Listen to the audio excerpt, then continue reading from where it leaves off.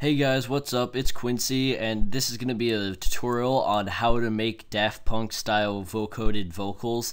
I would have expected there to be a lot of tutorials already on this, but I honestly couldn't find that many for FL Studio. Maybe I was looking wrong, but I couldn't really find a good one, so I guess I'll just quickly show you how I would go about doing that. So the first thing we're going to want to do is choose some vocals. I'm going to go to the image line stuff that came with FL Studio and just choose one of these vocals. Spin it again. Oh, sorry. Spin it again. My playlist is messed up because I usually have it on the other screen. That's right. Spin it again. Spin it again. So we'll use this here, spin it again.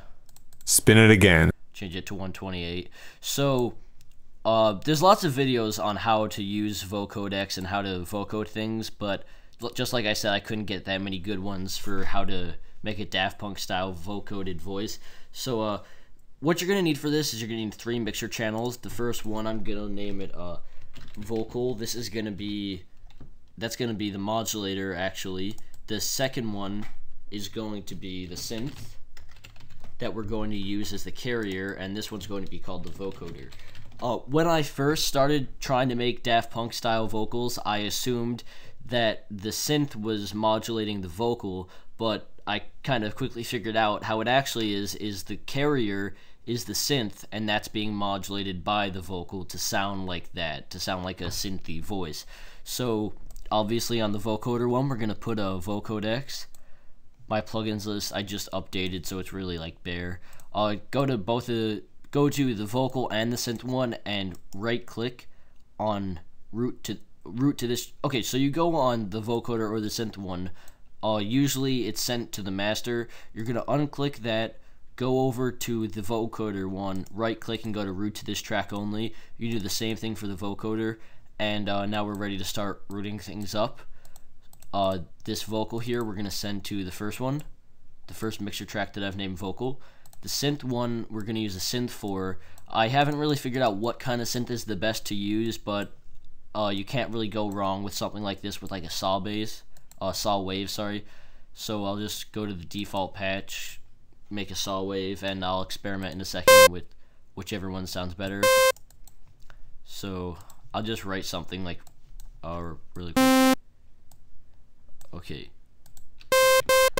Then we're gonna send that to the second mixer channel. And so now we're ready to open up the Vocodex. So when it comes to using Vocodex, there's the modulator, which is this number here, and there's the carrier, which is this number here.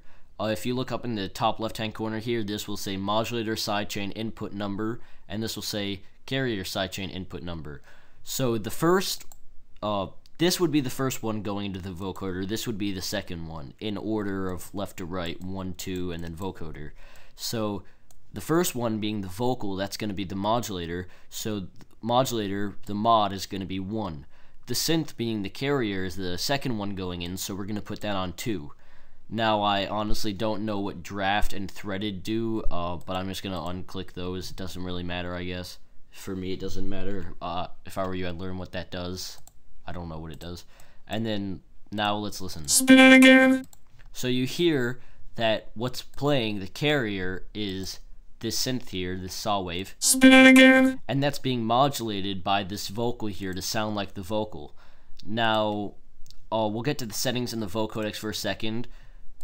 I'm gonna probably want to do something like a chord for this, so I'll just do a C minor. Spin it again. Maybe not. Let me take this down. Spin it again.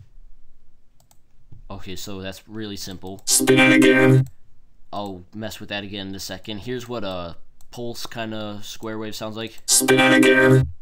Here's what a square wave sounds Spin like. it again. I kind of liked how the pulse sounded. Spin it again. Spin it again. I'll leave it for a saw for now. So you're gonna go to the vocoder and mess with the first thing you'd probably want to do is mess with this knob here, the bandwidth, and see what makes it sound the clearest or what gets kind of the sound you're looking for. Spin it again. Spin it again. You'll notice all the way to the right, usually for like a bass or something, you'd want it mostly to the right, but for this, you're going to want something in the middle to hear, I don't exactly know why, because you want to hear a very vocoded sound. Spin it again. Spin it again. Spin it again. So that works for now. Now we're going to choose the order. More to the left would make it more like that'd bring it closer to being the synth, and more to the right would make it more vocoded. Spin it again. Spin it again. Spin it again. Spin it again. Spin it again. I kind of like how it sounds on the 3. And then what we're going to mess with is the band's distribution. Let's put it all the way up here. Spin it again. Spin it again. Spin it again. You'll notice it's kind of harder to make the words out when it's lower. Typically for when I vocode anything, whether it's a bass or a vocal, you're going to want to find just the right number. Spin it again. Spin it again. Spin it again. Spin it again. Spin it again. Spin it again. That seems to sound okay for me.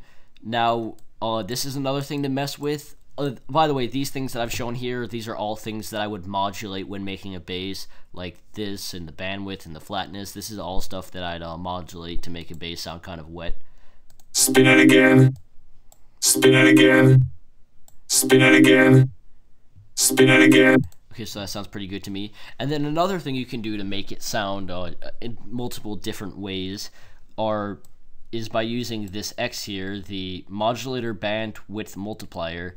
I won't typically turn it up too high. I'll just turn it up to like here for now. And then you use this to change the pitch of it. Spin it again. Spin it again. Spin it again. Spin it again. So you see, this really gets different sounding, not timbres, but different just sounding voices. Spin it again. Spin it again. Spin it again. Spin it again. Spin it again. Now the great thing about doing this technique and using a vocoded voice is that you don't have to worry too much about the pitch of the sample. This sample here clearly isn't in a C minor. It's not playing because I have the vocoder on. Here, I'll turn it off. Spin it again. Spin it again. So you can tell that's in a lot of a different pitch than this. Spin it again. And by doing this, it's playing the synth, so whatever you write here is the key it's going to be in. So having the vocal sample in key would help, but whatever this is on is gonna make it in that key, so you don't have to worry too much about the key of it, which is cool. Like I said, you can mess with the citrus and make it however you want. I could use a bass if I wanted. Spin it. I could use a pulse wave. Spin it again. Spin it again. The more harmonics, as you can tell, make it more audible. So something like a saw wave, a pulse, or a sine would be, or not a sine, a saw would be perfect. Spin it again. Spin it again. Spin it again. So you can also do stuff with frequency modulation. Let's just do some random stuff here. Modulate that with this, put this on 4. Do something like that. Spin it again. And doing that, you can also get different sounding voices. Spin it again. Spin it again. And so by doing stuff like that, it makes it even cooler, and that's kind of how you get different sounding voices and whatnot. All the settings I've shown here, the frequency modulation, the pitch, the chords, the order, and all this, that's all how you get different sounding voices, as well as messing with this sample. Let's say I can use the pogo or something. Spin it again. Spin it again. Spin it again. Spin it again. Spin it again. Spin it again. Spin it again. And another cool thing you can do is by making an arpeggio. You can do that by clicking on the citrus, this default citrus here, going to the miscellaneous properties, actually no, going to the function, and here you can see the arpeggiator. Let me turn that on up and spin it again. Spin it again. Spin it again. Spin it again. Spin it again. Spin it again. Spin it again.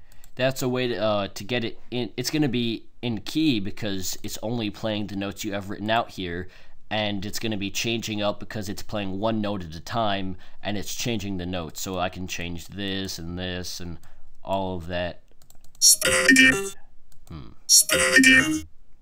Spin it again. Spin it again. Spin it again. Spin it again. Spin it again. Spin it again. Spin it again. Spin.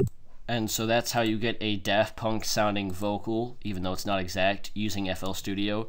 Let me just load one more sample here. Okay, let's go. Okay, let's go. Just to show you one more time. So you get the vocal, you put it in a vocal track, you send that to the vocoder, you get a sound, you get a synth. Any synth in the world will work. You write something out with that. I'll change it to a G major. Okay, let's go. Okay, let's go. And of course that's harder to hear because the settings might not match it perfectly. Let me turn the pitch up a bit. Mess with the vocoder settings. Using different settings get you different sounding stuff. Okay, let's go. Okay, let's go. Okay, let's go. Okay, let's go. So just what you're going for here is one, getting a vocal sample you like and getting it in the right key, not the right key, but the right tone, whether it's high pitched like a chipmunk or low or something, and then just messing with the vocoder to get it as crisp as you want and to get the right kind of sound you want, and then messing with the synth to also get the right kind of sound you want. And so that's what you're gonna have to do if you want to get a nice sounding Daft Punk vocal. I'll have this FLP for free in the description, and thanks for watching.